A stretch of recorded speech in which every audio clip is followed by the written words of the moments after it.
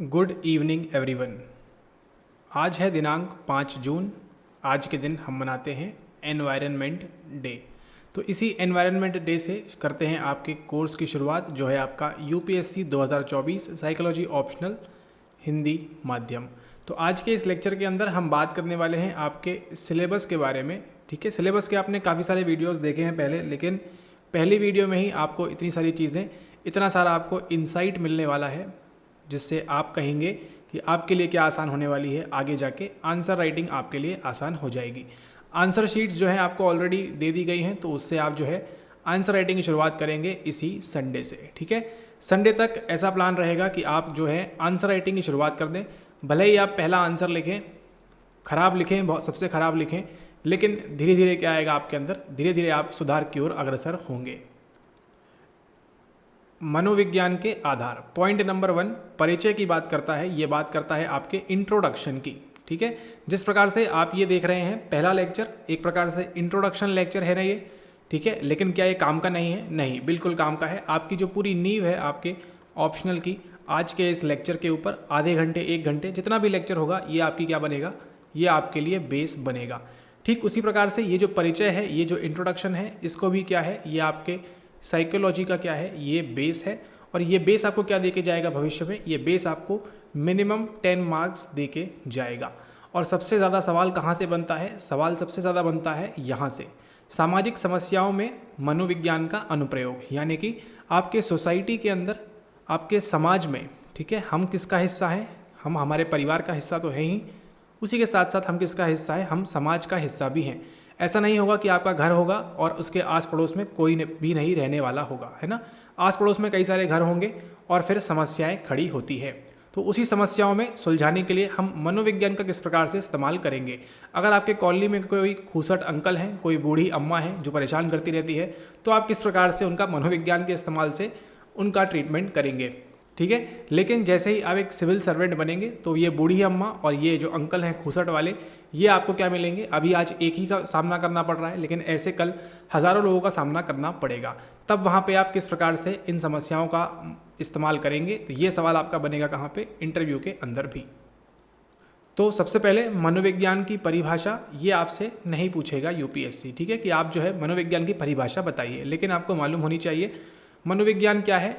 आपके जो भी एक्सपीरियंस हैं, बेसिक लेक्चर है आपका ये, मतलब बेसिक थ्योरम, बेसिक आपकी डेफिनेशन है ये आपकी एनसीईआरटी से। आपका एक्सपीरियंस, आपके अनुभव, आपकी मेंटल प्रोसेस, आपकी मानसिक प्रक्रियाएं, आप चिंतन कर रहे हैं, आप कुछ और चीज़ कर रहे हैं, आप स्मृति की बात कर रहे हैं, आप संज्ञान की बात कर रहे हैं, कॉग्निशन की बात कर रहे हैं, ये सब क्या है? मनोविज्ञान की बेसिक टर्म्स में आता है आपके मेंटल प्रोसेस के। उसके बाद यहाँ पे देखिए, मनोविज्ञान का ऐतिहासिक पूर्ववृत्त एवं 21वीं शताब्दी में प्रवृत्तियाँ। आज क्या हो रहा है 21st सेंचुरी में मनोविज्ञान को लेकर, और मनोविज्ञान किस प्रकार से जन्म लिया। 1879 में कहाँ से धर्मशाला खुली, कौन सी वहाँ पे वैज्ञानिक शाला खुली, वहाँ से पूरी शुरुआत होगी। उसके बाद मनोविज्ञान एवं वैज्ञानिक पद्धति, साइकोलॉजी के अंदर कौन सी ऐसी साइंटिफिक मेथड्स हैं जिनका इस्तेमाल किया जाता है। मनोविज्ञान का अन्य सामाजिक और प्राकृतिक विज्ञानों से संबंध। ठीक है, तो यहाँ से भी आपका एक सवाल बन सकता है 10 मार्क्स का। ठीक है, कि आप मनोविज्ञान का दूसरे किसी साइकोलॉजी या किसी सामाजिक सोशल साइंस से किस प्रकार से आप इसको लिंक करेंगे। और जो मेन मुद्दा है आपका, जिसकी आपको कई बार प्रैक्टिस करनी है, वो ये है सामाजिक समस्याओं में मनोविज्ञान का अनुप्रयोग। आपको आगे के लेक्चर्स में, अपकमिंग लेक्चर्स में PYQ दिखाएंगे और आपसे उसकी आंसर राइटिंग भी कराएंगे, ताकि आपको जो है अंदाज़ा लगे कि सवाल यहाँ से किस प्रकार से आता है। चलिए बात करेंगे सबसे पहले इंट्रोडक्शन की। मनोविज्ञान शुरुआत कब से होती है? शुरुआत होती है इसकी आपकी 1879 के आसपास से। 1879 में एक जगह है, क्या है उसका नाम? उसका नाम है जर्मनी। ठीक है, 1879 में जर्मनी में एक जगह है जिसका नाम है लिप्जिश। ठीक है, लिप्जिश में सबसे पहले खोलते हैं वैज्ञानिक शाला। कौन खोलते हैं वहाँ पे? वहाँ पे खोलते हैं आपके विल्हम वुंट। ठीक है, ऑफिशियली सबसे पहले शुरुआत किन्होंने की? शुरुआत सबसे पहले ऑफिशियली की विल्हम वुंट ने। किसकी? आपके मनोविज्ञान की। लेकिन थोड़ा सा अगर हम इतिहास की बात करें, हिस्ट्री की बात करें, तो आपको मालूम है सबसे पुरानी चीज़ इस दुनिया में आज है वो क्या है? वो है आपका दर्शन। वो क्या है? वो है आपकी फिलॉसफी। ठीक है, तो आपकी फिलॉसफी से ही ये निकल के आई है क्या, आपकी साइकोलॉजी। तो अगर हम बात करें 1879 से लेके 1979 और आज क्या चल रहा है 2023, तो मतलब ये आपके 100 साल, ठीक है, और उसके बाद आपके 20 साल, 120 साल, और आज की मतलब 150 साल से ऊपर भी इसको नहीं हुआ है इस अस्तित्व में आए, ठीक है। और आज क्या चल रहा है 21st सेंचुरीज़ में क्या क्या चेंजेस होते हैं उसकी हमको बात करनी है आगे। तो लेकिन देखिए जब 1879 में खुला तो सबसे पहले क्या आया आपके पास, सबसे पहले आपके पास आता है स्ट्रक्चरलिज्म, यानी कि सबसे पहले क्या आता है आपके पास, संरचनावाद। किसी भी चीज़ का, यानी कि आपके मन का, हमको किसके बारे में बात करनी है, हमको संरचना के बारे में बात करनी है कि ये है क्या चीज़। उसके बाद कहानी पहुंचती है आगे, कहानी पहुंचती है अमेरिका में, ठीक है। आप जानते हैं यूएसए क्या करता है, अमेरिका आपने पढ़ा होगा आईआर के अंदर भी, यूएसए जो है अमेरिका है आज एक बहुत बड़ी ताकत बन चुका है। उसका कारण क्या है कि ये दूसरे से चीज़ें क्या करता है, ये छीन लेता है। ठीक इसी प्रकार से आपका जो स्ट्रक्चरलिज्म है, जो आपका संरचनावाद है, ये कहाँ पे शुरुआत हुई थी इसकी शुरुआत हुई थी जर्मनी में। लेकिन यहाँ पे कौन आ गए थे, अब आ गए हैं यहाँ पे विलियम जेम्स, ठीक है। विलियम जेम्स ने यूएसए में, जो आज का अमेरिका है, यहाँ पे किसकी शुरुआत की, यहाँ पे शुरुआत की इन्होंने फंक्शनलिज्म की, ठीक है, फंक्शनलिज्म की शुरुआत की, जिसे हम क्या कहते हैं, जिसे हम कहते हैं प्रकार्यवाद, ठीक है। ये आपका संरचनावाद है, पूरा फोकस कहाँ पे रहेगा हमारा, संरचना के ऊपर, क्या स्ट्रक्चर है। और लेकिन अब यहाँ पे किस पे फोकस आ गया है, फंक्शन के ऊपर फोकस आ गया है, ठीक है, कि ये करता क्या है, ठीक है। जैसे मान के चलिए एक गाड़ी है, ठीक है, पहले ध्यान किस पे है आपका, इसके हार्डवेयर पे आपका ध्यान है, ठीक है, इसके स्ट्रक्चर पे आपका ध्यान है कि ये गाड़ी कौन से रंग की है या इसमें कौन से पार्ट्स लगे हुए हैं। लेकिन अब ध्यान क्या आ गया आपका, इसके फंक्शन पे आपका ध्यान आ गया है, ठीक है, कि इसका प्रकार यानी कि इसका कार्य प्रणाली क्या है, ये करती क्या है, ठीक है। उसके बाद क्या होता है, फंक्शन से गाड़ी कहाँ पहुँचती है, फंक्शन से आगे आता है फिर आपका बिहेवियरिज्म, यानी कि जिसे हम क्या कहते हैं, जिसे हम कहते हैं व्यवहारवाद, ठीक है। यहाँ पे कहानी पहुँचती है आपके व्यवहारवाद में। व्यवहारवाद के बाद कौन आते हैं, व्यवहारवाद के बाद आते हैं आपके गेस्टाल्ट मनोविज्ञानी, ठीक है। गेस्टाल्ट का ऐसे कोई हिंदी में बड़ा टफ नाम नहीं है, इसको हम गेस्टाल्ट ही पढ़ते हैं, ठीक है। कौन से आए आपके, गेस्टाल्ट आए। उसके बाद कौन आए आपके, उसके बाद आए आपके मानवतावादी, ह्यूमैनिस्टिक अप्रोच वाले, ह्यूमैनिस्टिक यानी कि मानवतावादी उपागम वाले लोग आए, ठीक है। और उसके बाद कौन आए, उसके बाद आज जो चल रही है वो चल रही है आपकी पॉजिटिव साइकोलॉजी, ठीक है। तो पॉजिटिव साइकोलॉजी जो है ये आपको पेपर 1 के अंदर उतना नहीं पढ़ना है, लेकिन आपको जो यहाँ पे काम देगा कहाँ पे, आपके पेपर 2 के अंदर, जहाँ पे हम बात करते हैं वेलबींग की, कुशल क्षेम की बात करते हैं, ठीक है। तो ये जो छोटा सा भी आपने क्विकली रिविजन देखा, ये क्या है, ये आपके हैं स्कूल्स, ठीक है, किस प्रकार से इनकी शाला जो है ये एक के बाद एक आती गई। सबसे पहले संरचनावाद आया, उसके बाद आपका फंक्शनलिज्म आया, फिर आपका बिहेवियरिज्म आया, व्यवहारवाद आया, फिर आपका गेस्टाल्ट आया। उसके बाद आज हम ह्यूमैनिटी की बात करते हैं, मानवतावादियों की बात करते हैं। एंड देन आज हम जो बात करते हैं पॉजिटिव साइकोलॉजी या इन सब की बात करते हैं, सकारात्मक मनोविज्ञान की बातें करते हैं, ठीक है। एंड हमारा पूरा फोकस कहाँ रहता है, इसके अनुप्रयोग पे, इसके एप्लीकेशंस पे। देन इसके बाद ये है हो गया आपका परिचय, छोटा सा इतना ही आपको करना है, लेकिन आगे आपको इसका एक्सप्लेन मिलेगा, जस्ट एक ओवरव्यू आपको यहाँ पे बता दिया गया है। अगली बात करें, यहाँ पे मनोविज्ञान की पद्धति की बात हो रही है, ठीक है। मनोविज्ञान की पद्धति किस प्रकार से है उस पर देखिए, अनुसंधान के प्रकार, ठीक है।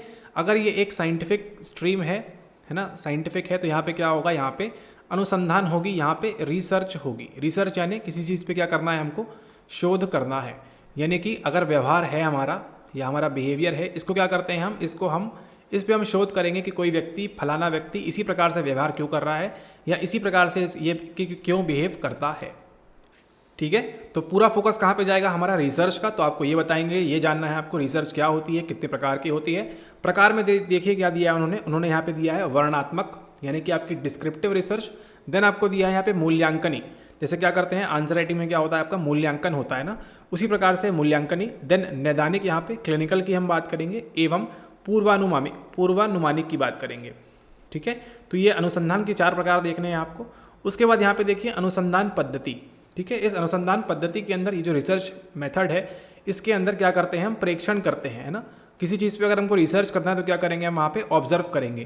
किसी मॉल में हमको देखना है कि महिलाओं के प्रति पुरुषों का क्या व्यवहार है, तो क्या करेंगे हम, यहाँ पे सीट लगा के बैठ जाएंगे और उनको क्या करेंगे, इन पुरुषों को हम ऑब्जर्व करेंगे, ठीक है।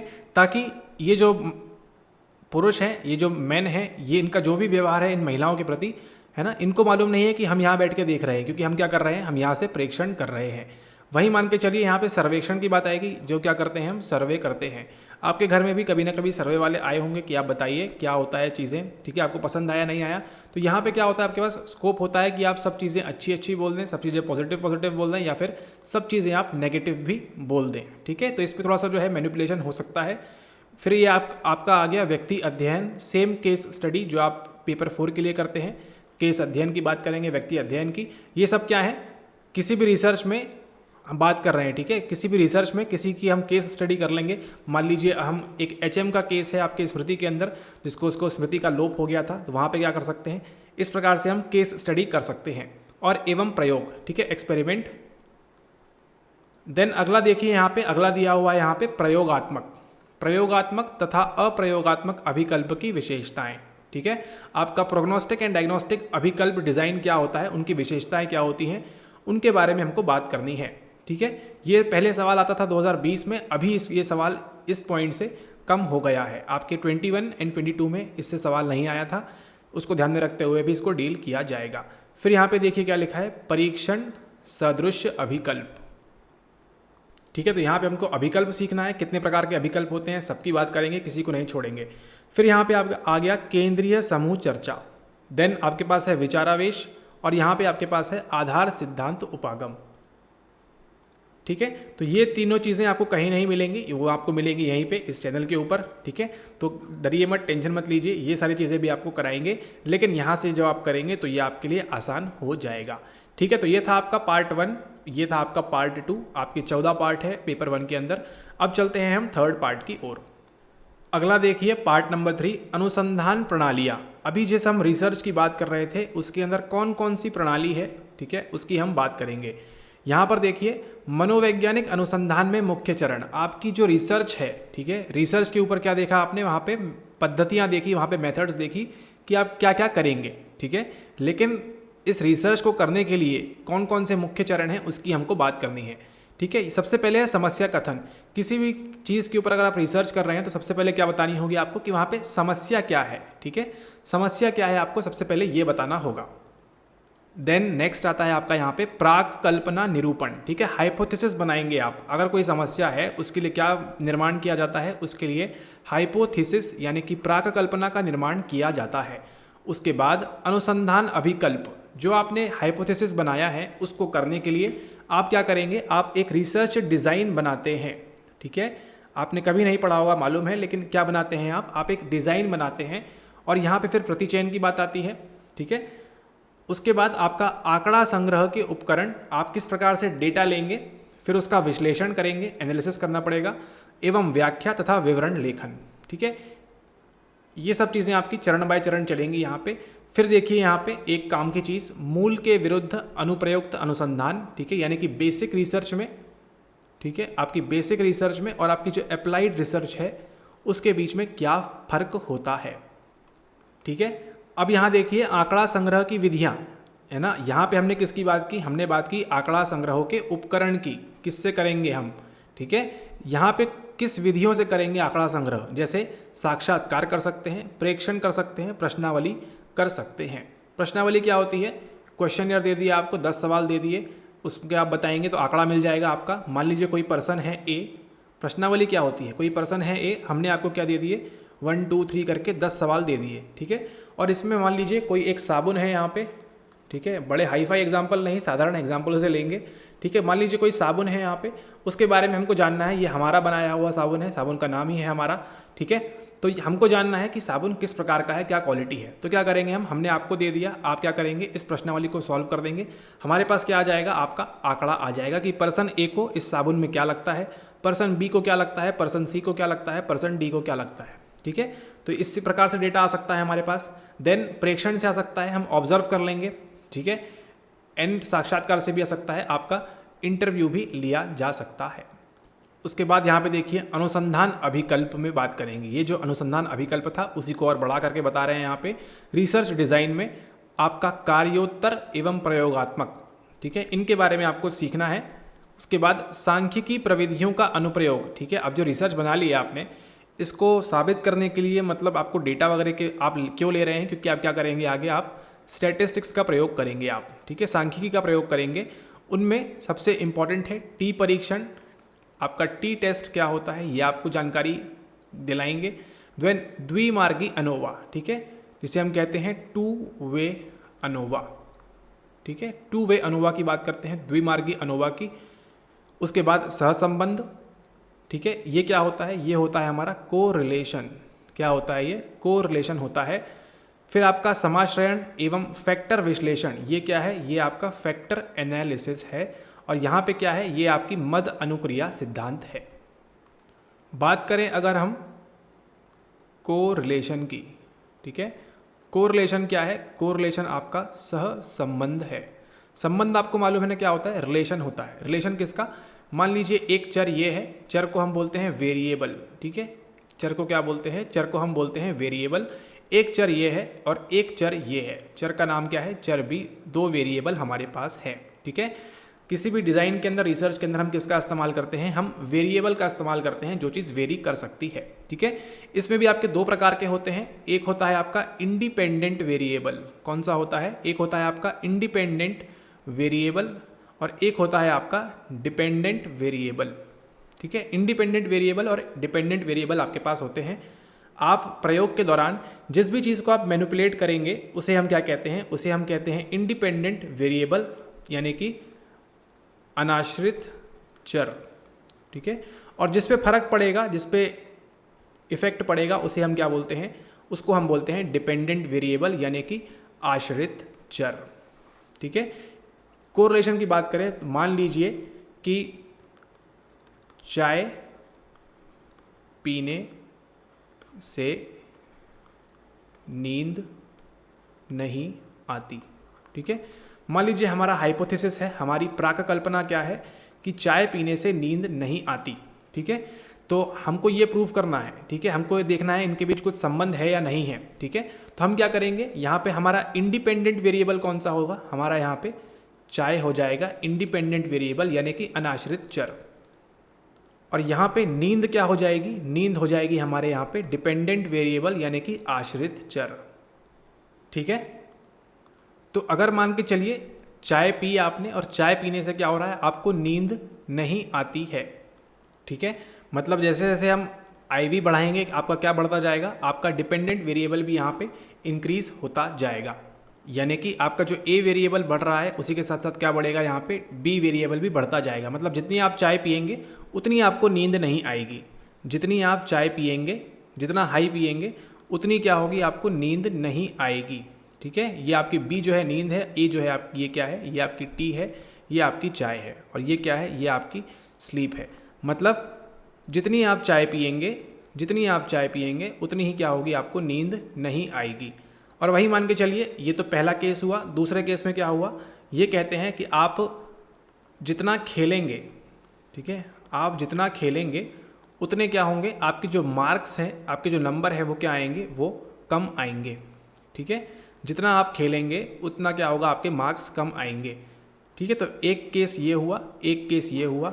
इसी को क्या कहते हैं हम, इसी को कहते हैं हम सहसंबंध, इसी को हम कहते हैं कोरिलेशन, यानी कि एक चर का दूसरे चर के साथ क्या संबंध है, क्या वो पॉजिटिव है, क्या वो नेगेटिव है, ठीक है। उसके बारे में हम डिटेल में पढ़ेंगे। एक बेसिक आइडिया आपको बता दिया। इस प्रकार से हम निकालते हैं क्या, इस प्रकार से निकालते हैं हम सहसंबंध, दो चीज़ों के बीच का संबंध, ठीक है। तो ये था आपका सहसंबंध की थोड़ी सी बेसिक जानकारी। ये जो आप देख रहे हैं फैक्टर विश्लेषण, इसे हम क्या बोलते हैं, इसको हम बोलते हैं फैक्टर एनालिसिस। इसकी शुरुआत कब हुई थी फैक्टर एनालिसिस की, आपके 1904 में, 1904 में। कौन लेके आते हैं इसको, इसको लेके आते हैं चार्ल्स स्पीयरमैन। सबसे पहले चार्ल्स स्पीयरमैन ने, अगर कभी आपने एनसीईआरटी थोड़ी बहुत भी पढ़ा हो तो आपको मालूम है, इंटेलिजेंस के अंदर, बुद्धि के अंदर ये कहते हैं कि दो प्रकार की होती है। एक होता है आपका जी फैक्टर यानी कि ग कारक, और एक होता है आपका सा कारक यानी कि एस फैक्टर, ठीक है। जी फैक्टर और एस फैक्टर की जो बात करते हैं, ये इन्होंने कैसे निकाला था, ये निकाला था उन्होंने फैक्टर एनालिसिस की मदद से। तो यही फैक्टर विश्लेषण आपको सीखना है, ज़्यादा टफ पूछता नहीं है यूपीएससी, क्योंकि आपको यहाँ पे कुछ कराना नहीं है, ठीक है। इसका ध्यान रखें, ये बात करता है फैक्टर विश्लेषण की। उसके बाद मद अनुक्रिया सिद्धांत की बात करता है, वो आइटम रिस्पॉन्स थ्योरी की बात करता है, लेकिन इस आइटम रिस्पॉन्स थ्योरी को सीखने के लिए आपको क्या बनना चाहिए, आपको मद लेखन बनना चाहिए। मतलब ऐसा नहीं कि बहुत ज़्यादा बनना चाहिए, लेकिन जितनी जानकारी हम देंगे उतना ज़रूरी है। और आपको क्या बनना चाहिए, उसके बाद मद विश्लेषण भी बनना चाहिए, है ना, आइटम एनालिसिस बनना चाहिए, एंड देन मद लेखन आइटम राइटिंग भी बनना चाहिए। ऐसा नहीं है कि सवाल यहाँ से आएगा, लेकिन जितना आप सीखेंगे उतना आपको यहाँ पे कन्फ्यूजन नहीं होगा और इसको सीखने में आपको बड़ी आसानी हो जाएगी। चलिए, मोस्ट टफ पार्ट जो है वो ख़त्म होता है, ठीक है। फर्स्ट तो नहीं कहेंगे, सेकेंड एंड थर्ड जो है इसमें आप ज़्यादा समय देंगे, ठीक है, और इसको जल्दी सीखेंगे और अच्छा सीखेंगे इसको। इसके बाद देखिए यहाँ से जो है थ्योरी वाली चीज़ें ज़्यादा स्टार्ट होंगी। इसको आपको पढ़ते जाना है, आंसर राइटिंग करते जाना है और एवेल्युएट कराते जाना है। यहाँ पे क्या बोल रहे हैं, देखिए, मानव व्यवहार का विकास, कि आज जो आपका बिहेवियर है इसका विकास किस प्रकार से हुआ। कई सालों पहले आप क्या थे, कई सालों पहले आप एप थे, आप एक बंदर थे, ठीक है, लेकिन आज क्या है, आज आप एक खूबसूरत मानव हैं, एक जीव हैं, एक इंसान हैं, आप बहुत ही अच्छे, ठीक है। तो यहाँ से यहाँ तक का पूरा सफ़र कैसे हुआ, ठीक है, वो उसकी बात करेंगे। मानव व्यवहार का विकास किस, मतलब यहाँ से बात नहीं करेंगे, बट बता रहे हैं आपको। इस प्रकार से हमको सीखना है कि हमारा जो विकास है, हमारा जो डेवलपमेंट है वो किस प्रकार से होता है। उसके बाद एक बेसिक डिफरेंस वृद्धि एवं विकास के बीच में, ठीक है। वृद्धि क्या होती है आपकी, ये होती है आपकी ग्रोथ, और विकास क्या होता है, विकास होता है आपका डेवलपमेंट। देन विकास के सिद्धांत, आईएमपी है ये आपके। विकास के सिद्धांत कौन कौन से आपको पढ़ना है, मानव व्यवहार को निर्धारित करने वाले आनुवंशिक एवं पर्यावरणीय कारकों की भूमिका। यहाँ पे लड़ाई किसकी होगी, लड़ाई होगी आपकी नेचर की वर्सेस नर्चर की।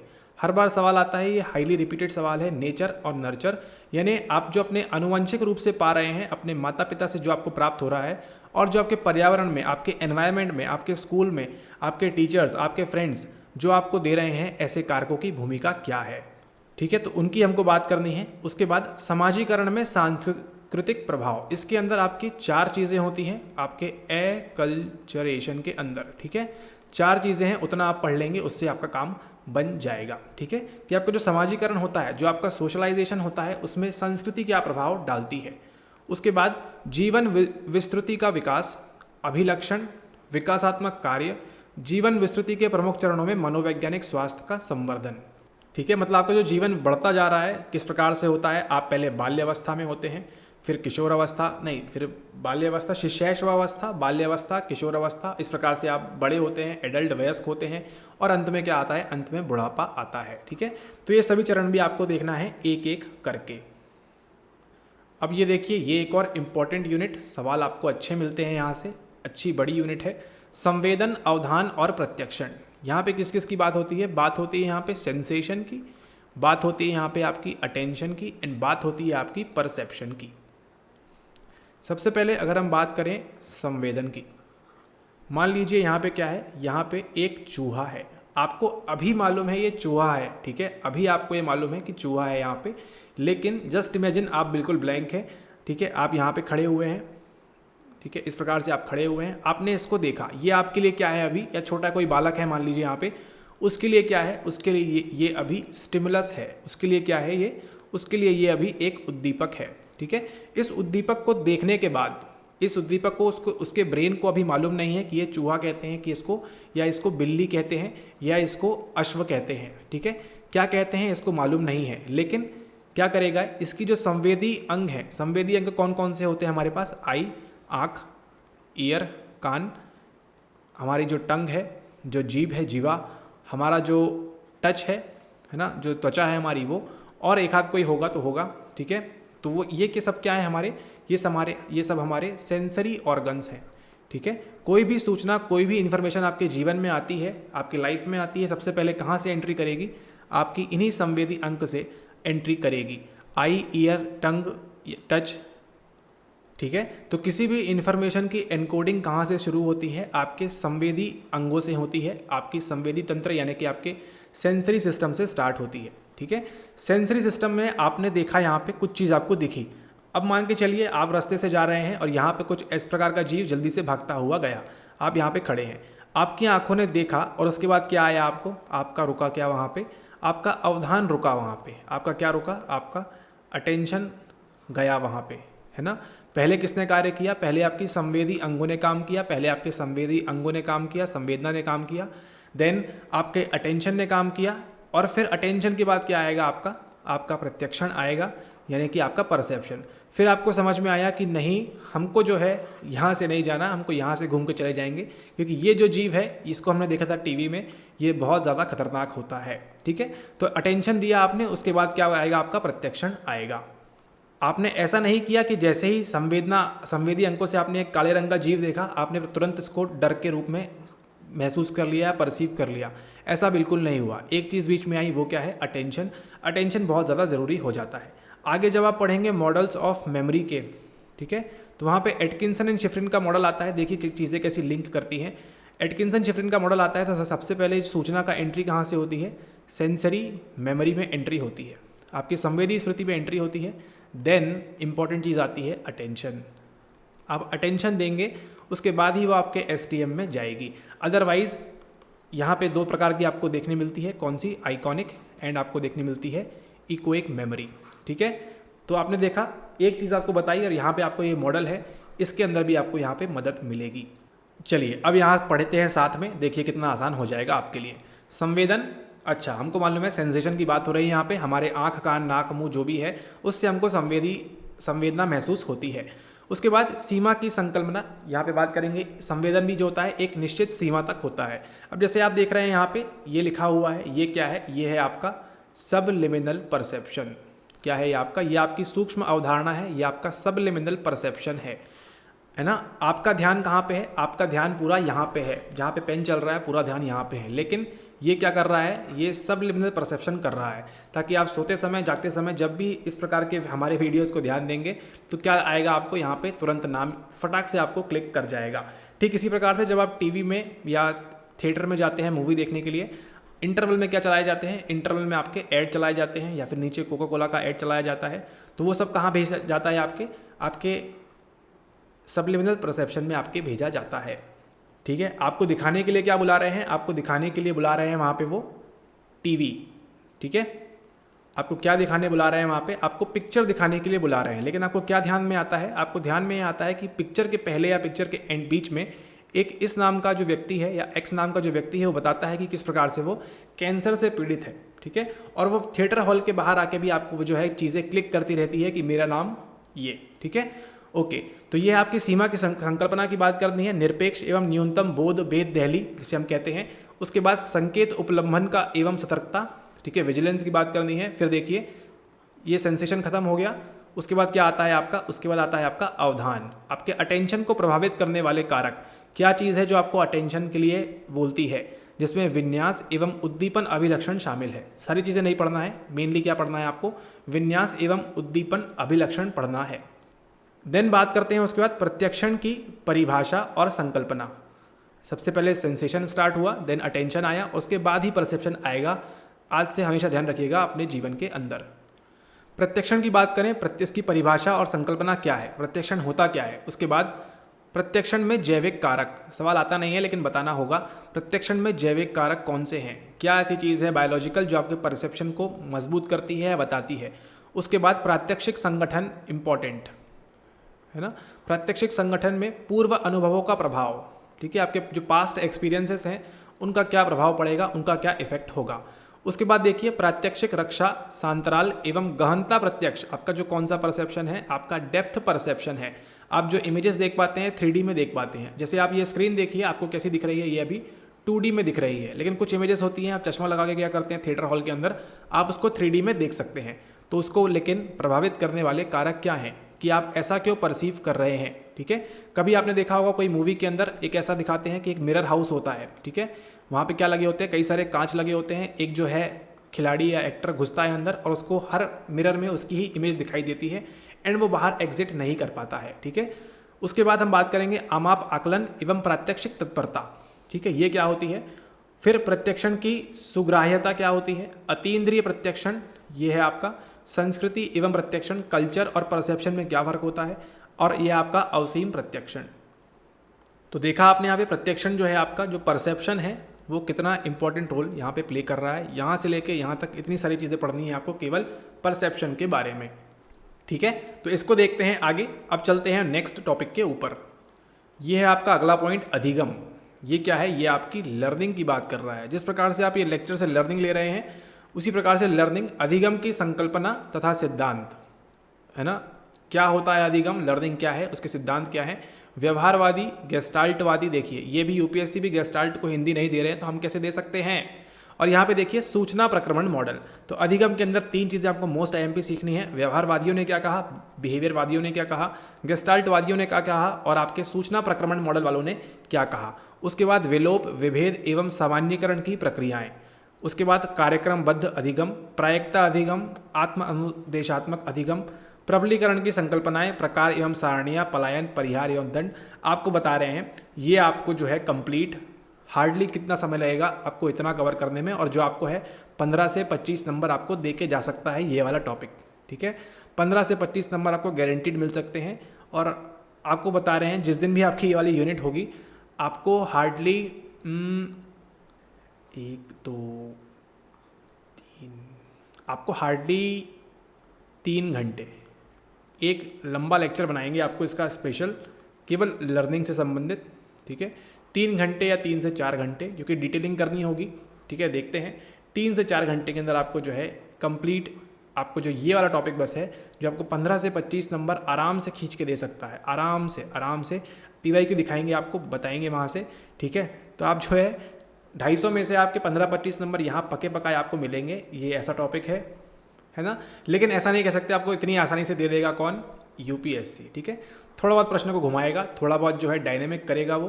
ठीक है, थोड़े बहुत एग्जाम्पल दे देगा। जैसे लास्ट टाइम उन्होंने एग्जाम्पल दिया था, किसका एग्जाम्पल दिया था, टॉयलेट ट्रेनिंग का। ठीक है, सवाल यहीं से था इसी यूनिट से, लेकिन टॉयलेट ट्रेनिंग के एग्जाम्पल में आप किस प्रकार से अपना दिमाग लगा के वहाँ पे सॉल्व करेंगे वो बात वहाँ पे डिफर करेगी। ठीक है, तो आपको हार्डली 3 से 4 घंटे का ये लेक्चर देखना होगा, इसका स्पेशल अधिगम वाला। ठीक है, और जो है आपके 20 नंबर जो मिनिमम आपके ये सेव कर देगा। ठीक है, आप 20 नंबर अच्छे से स्कोर कर सकते हैं। बाकी कुछ नहीं पढ़ेंगे, इसको पढ़ लेंगे, 20 नंबर आपके कहीं नहीं जाएंगे। ठीक है, सारी चीज़ें आपको एक ही वीडियो के अंदर कंबाइंड आपको प्रोवाइड करेंगे। चलिए, अब रहा आपका अगला पॉइंट 7 नंबर की स्मृति। स्मृति क्या है हमारी, ईरानी नहीं है, मेमोरी है। ठीक है, संकेतन एवं स्मरण, अल्पावधि स्मृति, दीर्घावधि स्मृति, संवेदी स्मृति, जिसकी अभी हमने बात की। संकेतन एवं स्मरण के अंदर संवेदी स्मृति की बात की, ये कौन सी है, यही आपकी सेंसरी मेमोरी है। सेंसरी मेमोरी में 2 प्रकार के होते हैं, आज इसी लेक्चर से याद कर लीजिए, एकदम अब बिठा लीजिए। 2 प्रकार की होती है, आइकॉनिक मेमोरी होती है, और कौन सी होती है, और होती है आपकी इकोइक मेमोरी। ठीक है, इसको आप बड़े ही आसानी से इसको आप लिख सकते हैं इंग्लिश में, कोई नहीं बोलेगा आपसे, इसको आप इंग्लिश में लिख सकते हैं। ठीक है, हिंदी में लिखेंगे तो आप अच्छा है, लेकिन साथ में इसको आप इंग्लिश में लगा देंगे तो जो वहाँ चेक कर रहे होंगे उनको भी आसानी हो जाएगी। ठीक है, तो संवेदी स्मृति सबसे पहले आती है, उसके बाद क्या आती है, उसके बाद क्या देते हैं हम यहाँ पे, याद करिए, अटेंशन देते हैं ना हम। ठीक है, हम ध्यान देते हैं, अच्छा वहाँ कुछ चीज़ जा रही है, और फिर कहाँ जाती है वो, अल्पावधि स्मृति में जाती है, यानी कि कहाँ पे जाती है वो, STM के अंदर जाती है। उसके बाद हम बात करें STM से, अब हम जो है उस जानवर के बारे में सोच रहे थे जो थोड़ी देर पहले हमारे को क्रॉस किया था, है ना, उस जानवर के बारे में सोचते रहेंगे तो कहाँ पहुँच जाएंगे हम, LTM के अंदर पहुँच जाएंगे, जो है आपकी कौन सी है, दीर्घावधि स्मृति है। उसके बाद यहाँ पे देखिए प्रतिमाप्रक स्मृति, अनुसरण स्मृति, मल्टी स्टोर मॉडल, जिसकी अभी हम बात कर रहे हैं। मल्टी स्टोर मॉडल किसने दिया है, ये आपको दिया है एटकिंसन एंड शिफ्रिन ने। ठीक है, एटकिंसन एंड शिफ्रिन ने आपको दिया है कौन सा, मल्टी स्टोर का model, sensory memory, STM, LTM। ठीक है, स्टेजेस दी हुई हैं, मल्टी स्टोर बनाया है, पहला स्टोर, दूसरा स्टोर, तीसरा स्टोर। उसके बाद प्रक्रमण के स्तर, इन्फॉर्मेशन किस प्रकार से हम जो है करते हैं, ये आपको बताया किसने, ये आपको बताया क्रैक एंड लॉकहार्ट ने। उसके बाद देखिए संगठन एवं स्मृति सुधार की स्मरणजनक तकनीकें, इसके अंदर आएगा आपका मेथड ऑफ लोकाई, लोकाई की तकनीक, फोकाई की तकनीक, और वो सारी तकनीकें आपको इसके अंदर मिलेंगी। फिर आता है आपका विस्मरण के सिद्धांत, हम चीज़ें भूलते क्यों हैं, ये यहाँ पे कौन आएंगे आपके, 1885 में आपके मिस्टर एबिंगहाउस आपको लेके आएंगे विस्मरण का सिद्धांत। अब देखिए यहाँ पे क्षय व्यक्तीकरण क्यों होती है, डीके एवं प्रत्यानयन विफलन, हम चीज़ों को रिट्रीव क्यों नहीं कर पाते।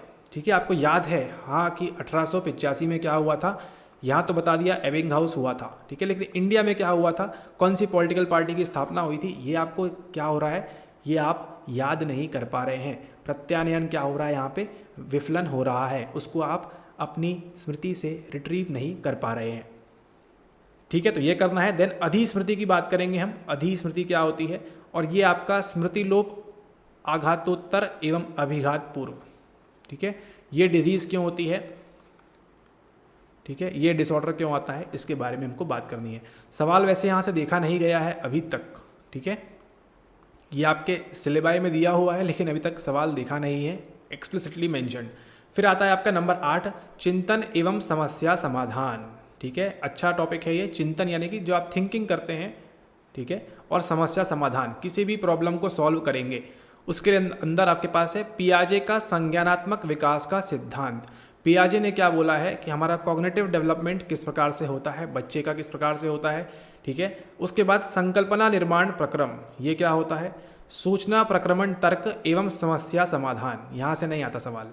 समस्या समाधान में सहायक एवं बाधाकारी का, ये आपके काम का है कि प्रॉब्लम जो सॉल्व करनी है हमको, उसमें मदद कौन करेगा और बाधा कौन उत्पन्न करेगा।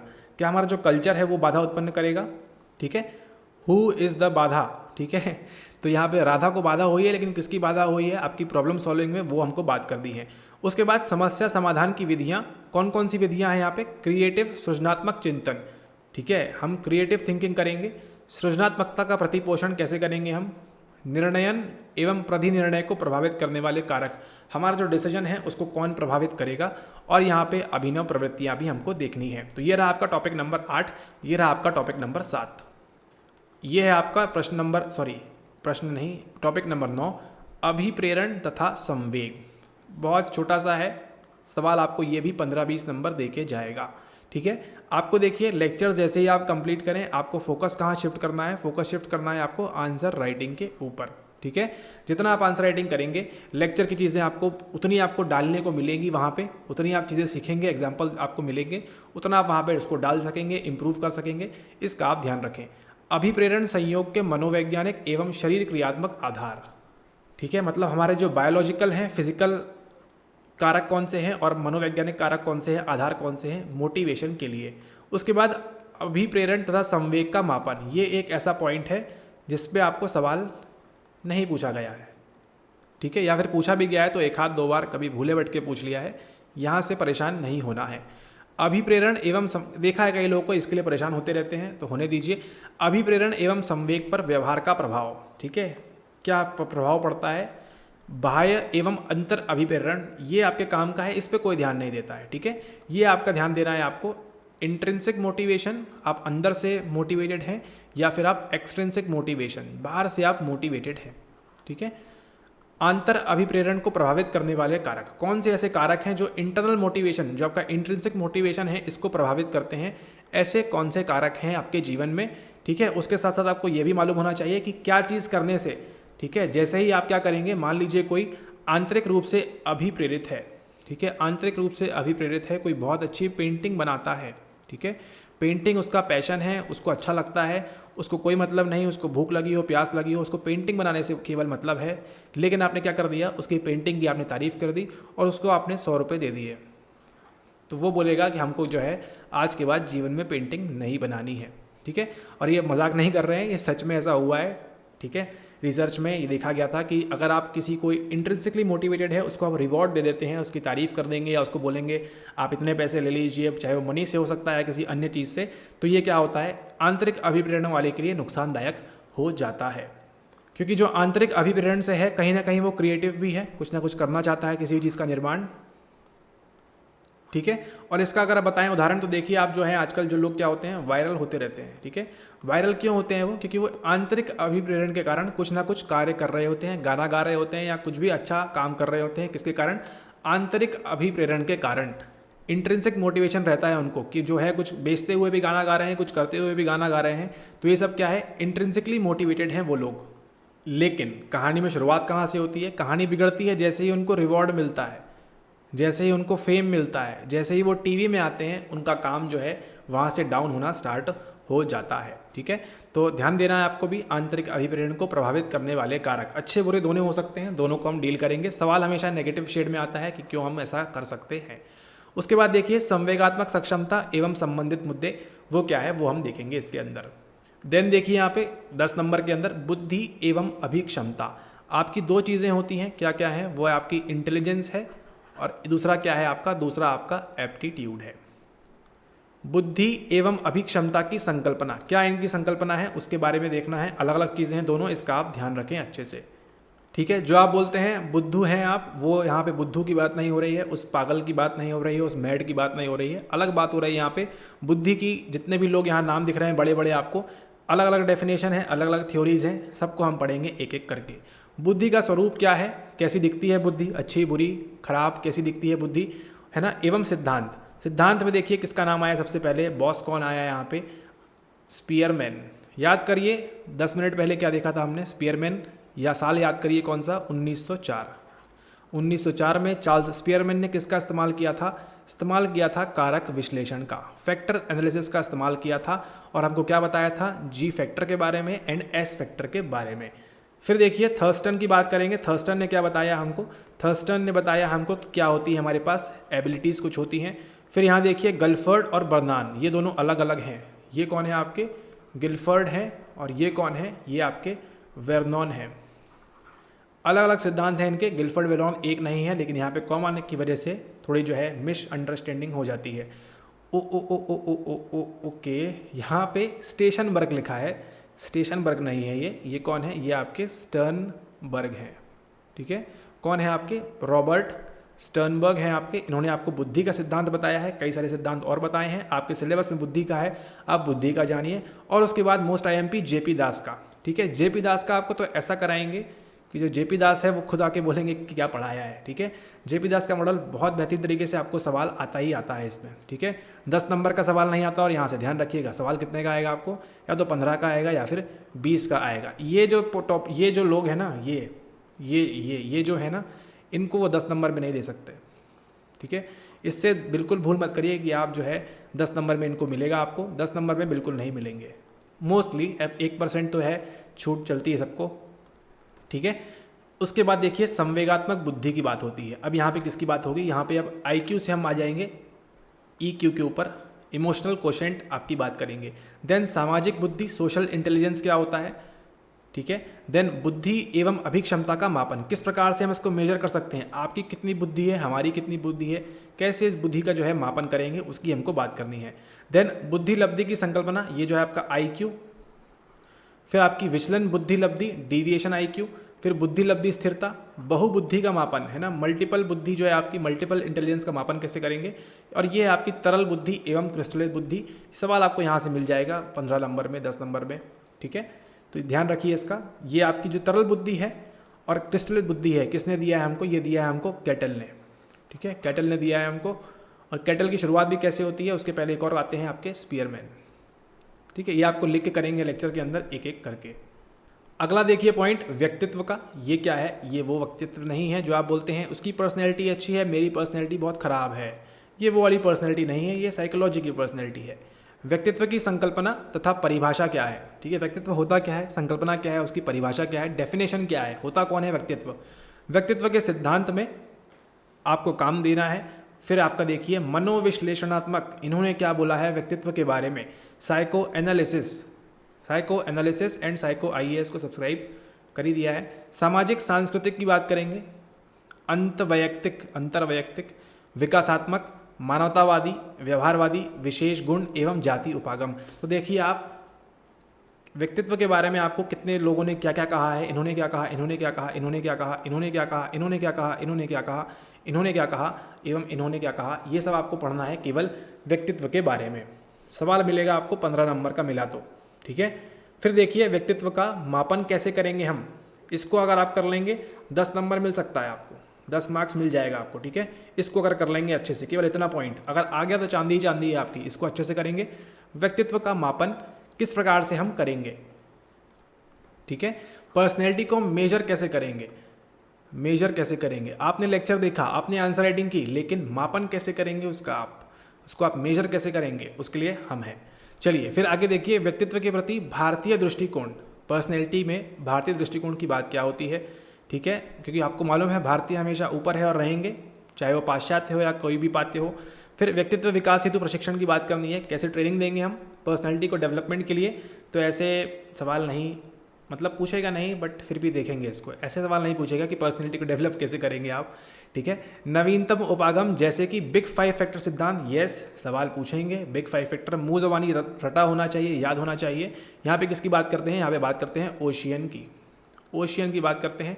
और विभिन्न परंपराओं में स्व का बोध, एशियन कल्चर में सेल्फ क्या है, ठीक है, और अमेरिकन कल्चर या वेस्टर्न कल्चर में स्व क्या है, सेल्फ क्या है, उसकी हमको बात करनी है, ठीक है। तो ये रहा आपका टॉपिक नंबर 11, जिसमें हम डिटेल में कवर करेंगे सारी चीज़ें। अब देखिए 12 नंबर का प्रश्न, अभिवृत्तियाँ, मूल्य एवं अभिरुचियाँ, ठीक है। 14 आपके टॉपिक्स हैं, 2 आपके सेक्शन होते हैं, section A and section B. चलिए, अभिवृत्तियों, एटीट्यूड, वैल्यूज एवं इंटरेस्ट, ठीक है।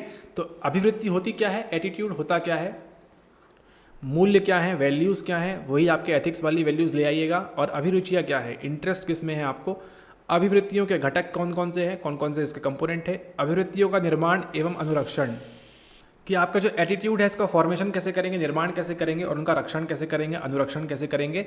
अभिवृत्तियों, मूल्यों एवं अभिरुचियों का मापन, अगेन देखिए मेजर की आपके जो टेस्ट होते हैं उनकी बात करेंगे हम यहाँ पे, कैसे मेजर कर सकते हैं। अभी यहाँ आपको 10 मार्क का सवाल मिल सकता है, ठीक है, शायद PYQ में आया था इस प्रकार से। अभिवृत्ति परिवर्तन के सिद्धांत, कैसे आप एटीट्यूड चेंज करेंगे। मूल्य प्रतिपोषण की विधियाँ, कैसे आप वैल्यूज़ फॉस्टर करेंगे अपने बच्चों में, ठीक है। अब 40 साल के व्यक्ति में आप वैल्यूज़ नहीं डाल सकते, 4 साल के 8 साल के बच्चों में आप वैल्यूज़ डाल सकते हैं, उनका प्रतिपोषण कर सकते हैं। रूढ़ धारणाओं एवं पूर्वाग्रहों का निर्माण, जो आपकी स्टीरियोटाइप एंड प्रेजुडीज हैं, ये क्यों आते हैं। अन्य के व्यवहार को बदलना, दूसरे के व्यवहार को कैसे बदलेंगे आप, ठीक है। और गुणारोप के सिद्धांत, गुणारोपण के सिद्धांत, एट्रीब्यूशन की बात करेंगे। और यहाँ पे अभिनव प्रवृत्तियाँ। देन देखिए एक सवाल 15 नंबर दे जाएगा आपको, 20 नंबर में नहीं, 20 नंबर में नहीं पूछा है शायद, एक बार पूछा है शायद, ठीक है। 15 नंबर का आएगा आपको यहाँ से, ये मोस्ट IMP टॉपिक, ठीक है। इतना अच्छा कराएंगे आपका ये वाला टॉपिक। एक ये टॉपिक हो गया, एक लर्निंग टॉपिक हो गया। लाइक ये टॉपिक तो आपके कैसे निकलेंगे, एकदम मक्खन, मतलब सवाल आया और आप करना लिखना स्टार्ट हो जाएंगे, ठीक है। मानव भाषा का गुण क्या है, संरचना एवं भाषागत सोपान, ठीक है। भाषा अर्जन, पूर्वानुकूलता, क्रांतिक विधि, प्राकल्पना, हाइपोथेसिस, यहाँ पे CPH की बात कर रहे हैं, ठीक है, यहाँ पे कॉमन नहीं होगा। क्रांतिक विधि, प्राकल्पना, क्रिटिकल पीरियड हाइपोथेसिस क्या होता है, भाषा विकास के सिद्धांत, स्किनर और चॉम्स्की, 2 ही पढ़ना है आपको, स्किनर और चॉम्स्की। और भी 2-3 लोग हैं और कुछ आने वाले हैं, उनको नहीं पढ़ना है अभी आपको, स्किनर और चॉम्स्की को पढ़ना है, ठीक है। स्किनर कौन है, यही आपके BF स्किनर जो थे, व्यवहारवादी, इन्होंने भी बात की है किसके बारे में, भाषा के बारे में। और चॉम्स्की जो है ये कौन है, आपके 1956-57 की बात है, आपके नोम चॉम्स्की हैं। इन दोनों ने किसके बारे में बात की है, आपकी भाषा के बारे में बात की है। नोम चॉम्स्की तो यहाँ तक ये भी कहते हैं कि आपके दिमाग में क्या है, जब आप पैदा होते हैं आपको लैड दे के भेजा जाता है, जिसे हम क्या कहते हैं, जिसे हम कहते हैं लैंग्वेज एक्विजिशन डिवाइस। यानी कि आपके ब्रेन में ऑलरेडी पैदा होते साथ ही कैसा होता है, ये इन्नेट होता है। कैसा होता है, ये इन्नेट होता है, जन्मजात होता है। यानी कि आपके पैदा होने के साथ ही आपके दिमाग में ये चीज़ है, चाहे आप अमेरिका में पैदा हुए हों, चाहे आप इंडिया में पैदा हुए हों, चाहे आप कहीं और ऑस्ट्रेलिया में पैदा हुए हों, आपके दिमाग में यूनिवर्सली क्या है, एक डिवाइस लगी हुई है, एक चिप लगी हुई है नोटों में, ठीक है। उस प्रकार से लैड आपके दिमाग में दिया हुआ है, उससे आप सीखते हैं, ऐसा कहते हैं चॉम्स्की। बाकी अंदर जो है वो राज की बातें। देन उसके बाद संज्ञापन की प्रक्रिया एवं प्रकार, ठीक है। संज्ञापन क्या है, क्या प्रक्रिया है, क्या प्रकार है, सवाल आपको यहीं से मिलेगा, मतलब इन दोनों से ज़्यादा पूछा जाता है, ऐसा कह रहे हैं, ठीक है। प्रभावपूर्ण संज्ञापन एवं प्रशिक्षण क्या होता है, उसको भी हम देखेंगे। चलिए, और ये आज का जो है लास्ट टॉपिक नंबर 14, और इसी के साथ आपका पेपर 1 जो है समाप्त होता है। उसी प्रकार से आज की क्लास, आज का वीडियो भी यहाँ पे समाप्त होता है। आधुनिक समकालीन मनोविज्ञान में मुद्दे एवं परिप्रेक्ष्य, आज जो आप जीवन जी रहे हैं उसमें मनोविज्ञान के क्या मुद्दे हैं, ठीक है, और क्या उनका पर्सपेक्टिव है, क्या उनका परिप्रेक्ष्य है। मनोवैज्ञानिक प्रयोगशाला, ठीक है, आपकी प्रयोगशाला में एवं मनोवैज्ञानिक परीक्षण में कंप्यूटर अनुप्रयोग, आपकी जितने भी साइकोलॉजिकल टेस्टिंग होती है, जितने भी आपके टेस्ट हैं जो आप पढ़ेंगे कहाँ पे, जब हम मापन करेंगे किसका, एटीट्यूड का, पर्सनैलिटी का, व्यक्तित्व का, है ना, इंटेलिजेंस का, उन सब का जो मापन करेंगे वो तो कैसे कर रहे हैं, हम पेपर पेन लेके आमने सामने बिठा के उनका टेस्ट ले रहे हैं। लेकिन अब कौन आ गए हैं, समकालीन की बात कर रहे हैं, 21st सेंचुरी में कंप्यूटर अनुप्रयोग किस प्रकार से हम उसका इस्तेमाल करेंगे। फिर आपकी आती है कृत्रिम बुद्धि, जहाँ पे आपके AI की बात होगी, आर्टिफिशियल इंटेलिजेंस की बात होगी, और अभी तो आपको मालूम है क्या आ गया है, चैट GPT भी आ चुका है। मतलब सवाल करंट अफेयर से आपको यहाँ मिलेगा, कन्फर्म है ना, निकट भविष्य में। अब यहाँ पे देखिए साइको साइबरनेटिक्स, साइको साइबरनेटिक्स नहीं होता, साइको IAS होता है, ठीक है। लेकिन साइको साइबरनेटिक्स के बारे में आपको जानेंगे थोड़ा सा। फिर ये देखिए चेतना नींद जागरण 15 नंबर, ठीक है। 10 नंबर में नहीं पूछेंगे, हार्डली पूछेंगे 10 नंबर में। चेतना नींद और जागरण, आपकी कॉन्शियसनेस, आपकी स्लीप है ना, और आपका जो जागरण करते हैं आप, वो उसके पीछे क्या राज है उसको हम देखेंगे। एक लेक्चर, हार्डली 2 लेक्चर है ना, 2 लेक्चर में आपका ये 15 नंबर आपके कवर हो जाएंगे। देन कार्यक्रमों का अध्ययन कैसे करेंगे, स्वप्न, ड्रीम, उद्दीपन, वंजन, स्वप्न क्यों आते हैं, कैसे आते हैं, क्यों आते हैं। फिर आपका ध्यान, हिप्नोटिक औषध प्रेरित दशाएं, ठीक है, आप क्यों ये करते हैं। अति इंद्रिय प्रत्यक्षण, ये सवाल शायद रिसेंट में पूछा गया है। देन आपका अंतरी इंद्रिय प्रत्यक्षण, मिथ्याभास अध्ययन, ठीक है। तो ये सारे आपके टॉपिक हैं। यहाँ पे आपको ये यहाँ से सवाल मिलता है, यहाँ से सवाल मिलता है, और यहाँ से सवाल मिल जाता है आपको, ठीक है। तो ये थे आपके 14 पॉइंट्स, 1 से लेके 14 हमने सभी को डिस्कस किया कि कौन कौन से जो हैं आपके यहाँ पे टॉपिक्स हैं, ठीक है। 11 व्यक्तित्व, बुद्धि, प्रेरणा, स्मृति, अधिगम, संवेदन, मानव व्यवहार का विकास, अनुसंधान प्रणालियाँ, परिचय, मनोविज्ञान का आधार, ठीक है। ओके, तो अभी आपने सिलेबस को देखा, पहले भी देखा था आपने, पहले देखा था उसको आपने PDF में, लेकिन अभी क्या देखा, अभी आपने देखा है इसको करीब से, ठीक है। तो अभी आपने इतना करीब से देखा, अभी जब आपके लेक्चर स्टार्ट होंगे तो आप इसको देखेंगे और भी करीब से और नज़दीक से आप देखेंगे, चीज़ों को आप देखेंगे, महसूस करेंगे, ठीक है, उनको आप सेंस करेंगे। सबसे पहले क्या देना है आपको, वीडियोस को देखना है, सेंस करना है। देन क्या देना है आपको, अटेंशन देना है ना, उस पर अवधान देना है उन लेक्चर्स पे। एंड देन क्या बनेगा आपका, परसेप्शन बनेगा उन टॉपिक्स के ऊपर कि कैसे क्या चीज़ें होती हैं, ठीक है। जाने से पहले एक बार और 1879 में शुरुआत होती है संरचनावाद की, स्ट्रक्चरलिज्म की। फिर आता है आपका फंक्शनलिज्म, फिर आता है आपका बिहेवियरिज्म, फिर आता है आपके गेस्टाल्टवादी, फिर आते हैं आपके ह्यूमनिस्टिक वाले, और आज कौन सा चल रहा है, मोस्टली आपका पॉजिटिव साइकोलॉजी चल रहा है, ठीक है। तो इस प्रकार से ये स्कूल्स आपके आए हैं। इसी में बीच में ऐसा नहीं है कि ये जब चल रहा है तो ये बिल्कुल नहीं था, या ये जब चल रहा है तो ये बिल्कुल नहीं था, मतलब साइमल्टेनियस जैसे हम कहते हैं, है ना, साथ साथ में जैसे हम कहते हैं चल रहे थे। लेकिन जो टाइमलाइन दी जाती है वो इस प्रकार से दी जाती है कि आपको ऐसे इनकी एंट्री देखने मिलती है एक के बाद एक, ठीक है। ओके, तो इस लेक्चर के लिए इतना ही। ये आपका फर्स्ट ओरिएंटेशन क्लास था। इसमें देखा आपने अपना पेपर 1 के अंदर आपको कौन से इंपॉर्टेंट टॉपिक्स मिले होंगे, उनको नोट कर लिया होगा आपने, ठीक है। क्या क्या चीज़ें से कहाँ कहाँ सवाल मिल रहा है आपको। आगे जब आप लेक्चर्स देखें तो उसको आप नोट कर लें कि कहाँ पे आपको वो चीज़ इंपॉर्टेंट बताई गई थी, ठीक है। ओके, मिलते हैं आपसे नेक्स्ट लेक्चर में, लेक्चर नंबर 2 के अंदर। वहाँ पे करेंगे कुछ और चीज़ें डिस्कस, और करेंगे हम सिलेबस को आगे बढ़ाएंगे। एंड संडे को आप तैयार हो जाइए, संडे को जो है आप अपने जीवन का पहला आंसर लिखने वाले होंगे। Alright, okay, thanks for watching the video, thank you.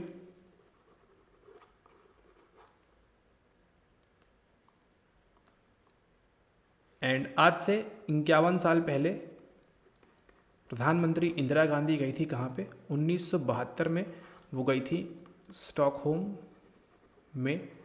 वहाँ पे शुरुआत होती है 5 जून को अर्थ डे की, ठीक है। 5 जून को अर्थ डे मनाया जाता है, जो कि है आज।